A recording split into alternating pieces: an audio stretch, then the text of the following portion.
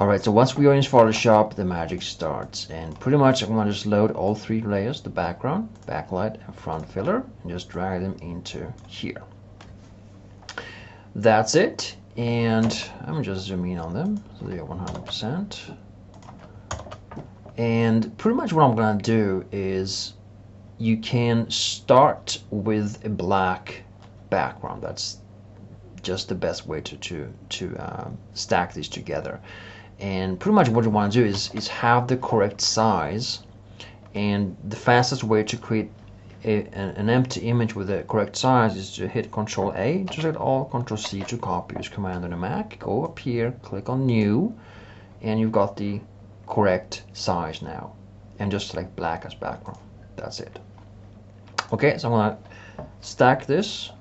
Control A to select all, Control C to copy, go to the main image, Control V to paste, and use Command on the Mac instead of Control, right? Now I can remove the background layer, go to the back layer, Control A to select all, Control C to copy, go here, Control V to paste. Then go to the front layer, same thing, and stack it on top. Remove these two, so now we have the blending left. And what you want to use screen on them so they blend together. And now you have also everything at max, right? This is kind of like you would, render this with all the layers intact as a single image. This is how it would look like from Dash Studio. Now what you can do with this now, it's fascinating, because one thing for starter is that you can adjust these layers now live and interactive, right? And if you've been watching my videos about layering, you know that I'm just crazy about it. And one thing obviously you can do, you can just duplicate layer and have more intense backlight. Wow, just like that. But furthermore, what you can do, let me just remove that, is that you can control, because this is a single layer, you can now control and say, hey, I want to remove a little bit of that lighting, from the floor and edges. So you can create a mask, just clicking down here, and now use black and just select the main brush here, and size around, 80, 100, hardness 0, opacity 100%.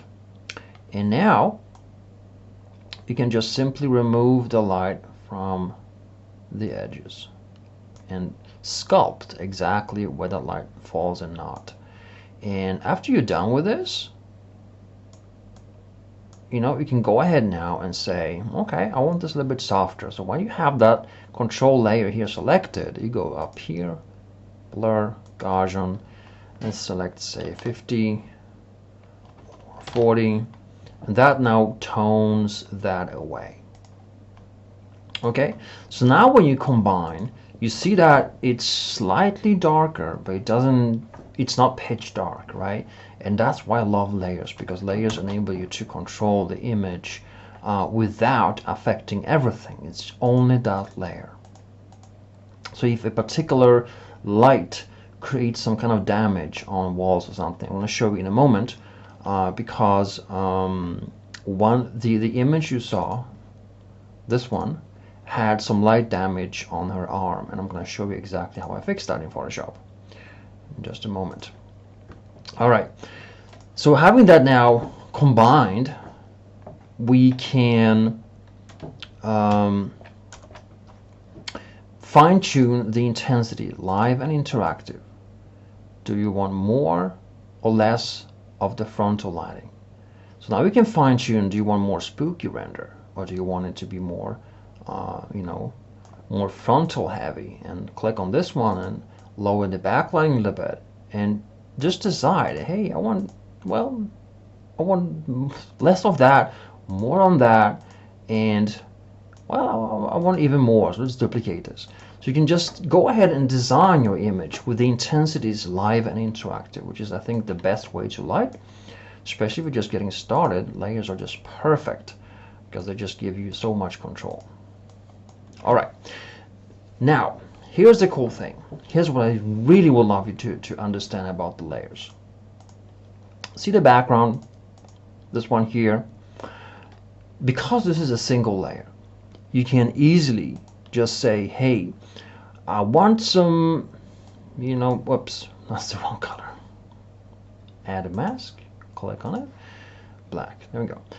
You can, paint away lighting and say, hey, I want this light here to create a little bit of less lighting on certain elements. Well, I can keep that side. Let's remove this side. Okay, so you're painting away the details and you're sculpting how the background light looks like, and then when you bring back all the other layers, it's suddenly just part of your image and you have full control over it. Ain't this amazing, right? So this is just shocking, right? Now, before moving outdoors, I want to show you two things. One of which is gonna be the thing I just mentioned about how I used here, how I used layers to remove damage from her hand. I want to show you that in a second, but also how you can add a fog effect behind our character. Okay, so this is still something you can do with layers, so I'm just gonna go ahead and save that real quick, and I'm gonna just call it mix 1. Alright, and now let's head back to Dash Studio because I want to render a so-called mask of our character. By the way, just before going there is so much you can do with masks. Let me show you one cool thing. Let's say you want to have more backlighting, but only on her, not so much on the other stuff, right?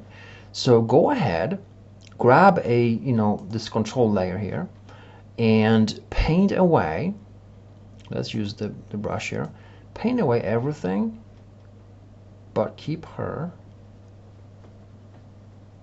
illuminated. See what I'm doing? I'm just keeping her in the mix. I'm removing everything else on that particular layer so she receives extra backlighting from the light without the floor or anything else in the scene being affected. This is, if this is magic, I know what is. See what I just did? So nothing else is affected in the scene besides her. True magic. Just incredible. Just so much. You have so much control using layers that it's almost ridiculous. See that? Just incredible. So we can fine tune that now also live here with the opacity slider. Just have a little bit more extra backlighting. Just incredible. Alright, now let me save this and let's go back to Dash Studio. So I'm loading back the scene we just had a moment ago. I'm going to show you how to render a mask of our lady.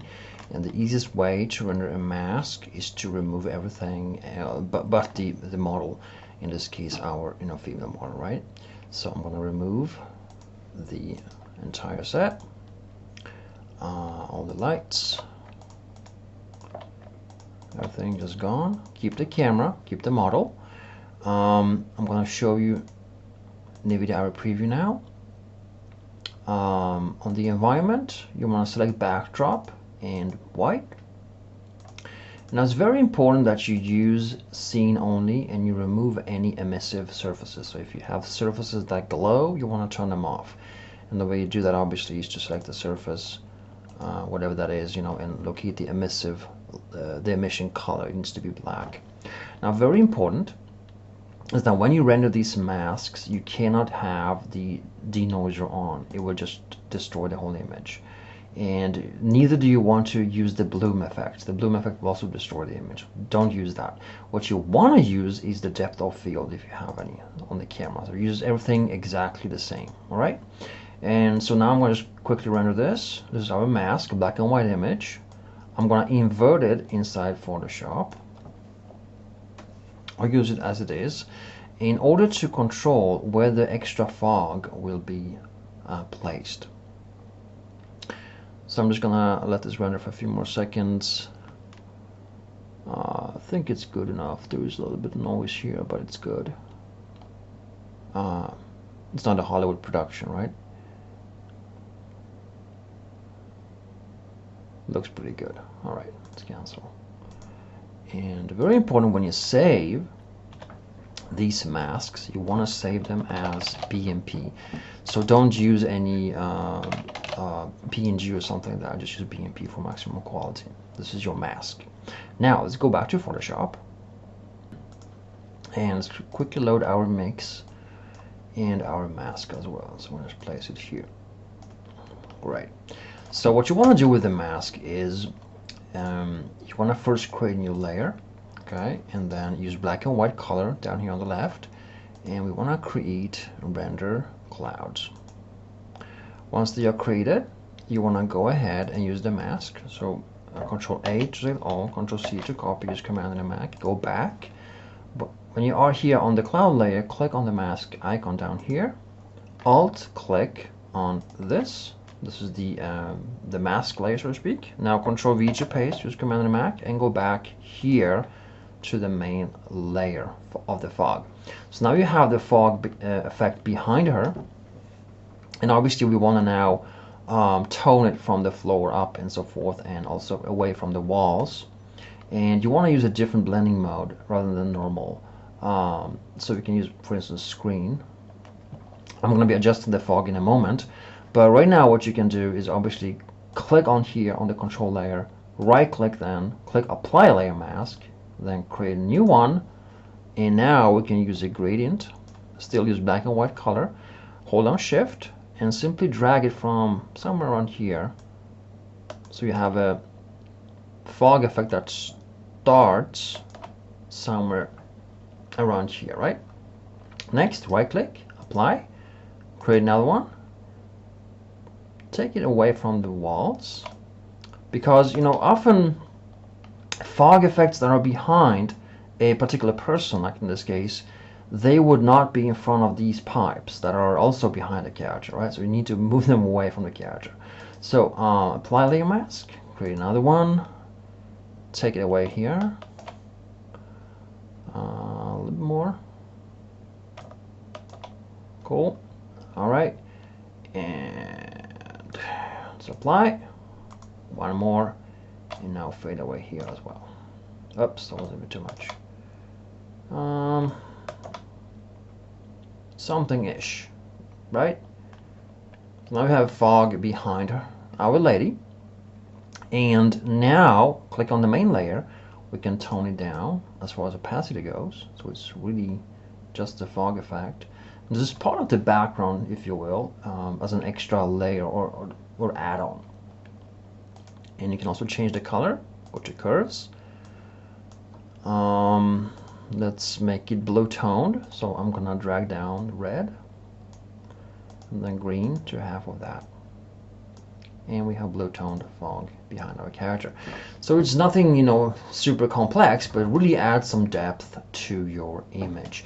Now when you have everything combined the way you like it, you click on flatten image, and in this case I'm just gonna go to filter, Nik Collection, highly recommend it, Color FX Pro 4, and choose one of my favorites, which is pastel.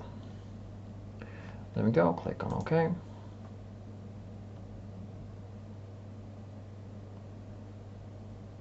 Bam, awesome. After that's completed, I'm gonna just flatten the image again, go to Camera Raw, and just tone the edges. Perfect. That's our image. All right. So guys, stunning lighting using these three lights. No other magic or gimmicks. What you see is what you get. This is exactly what we have been designing, and it just looks that beautiful and looks that complex. And now I want to cover a kind of like a hidden thing. You see, the way I light and the way this is designed, if you follow what I've been talking about here and all that, and if you really look carefully at this image, you can see that the lights flow and alternate between bright parts and darker parts, and that happens throughout the entire image. And I designed this light set to work like that, and this whole routine and everything I've been showing you and teaching you is to have that flow, that kind of alternation between darkness and brightness throughout the entire image. And the best images the best lighting is when you have that happening like a play throughout the entire image, and it becomes more vibrant, it becomes more alive and fun to watch, right? All right, so let me just save that. So I'm just call it here ministry. I think I just saved, I wanted to save it as a BMP. There we go. Now, before leaving Photoshop, let me just quickly show you what I did with the other layers that you saw earlier, right? Remember the hand I was showing you here? When I mixed the girl here, I removed light damage from her hand, okay? So this is how it was created. I have the same layers, which you just saw me do in the other render. This is the girl render front. This is the backlighting, which has damage on her hand and arm, and the background. Okay, and here I made actually the eyes a little bit emissive to catch some more light, which kind of backfired a little bit, and I want to just remove that. So let's remove, because this is a layer, I can just quickly remove that from this.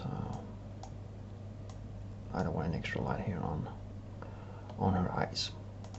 Okay, so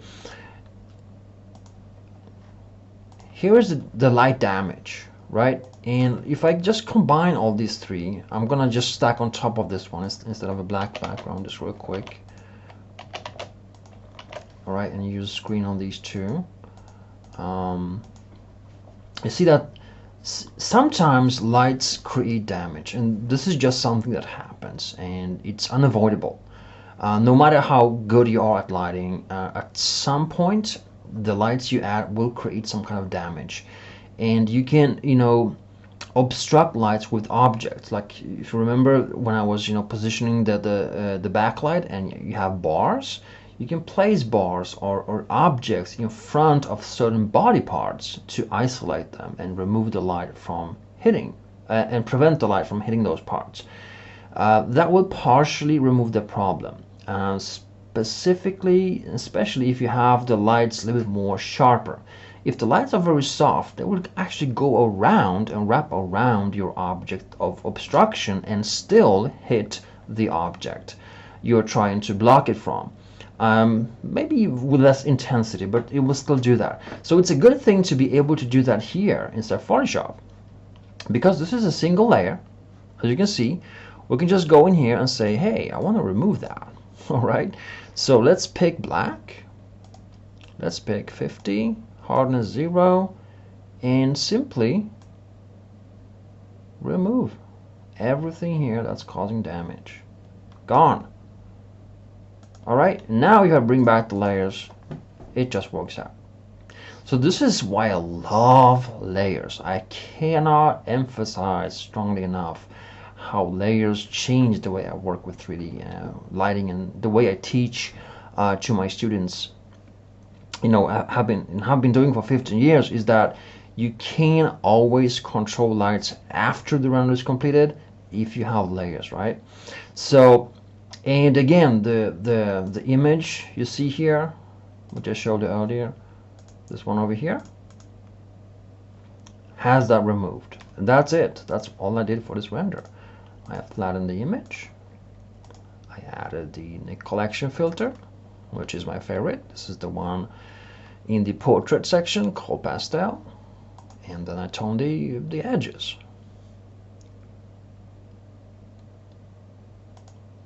Camera, and that's it. That's the image you saw. So guys, I'm still gonna do one more video for you. I wanted to show you yet another scene outdoors, and we're gonna be using the exact same lighting system, just a different scene. And I want to show you how this works in a more open environment, and how you can use it and refurniture it, so to speak, so that it still works the way as intended. Alright guys, so I'll see you in the next video.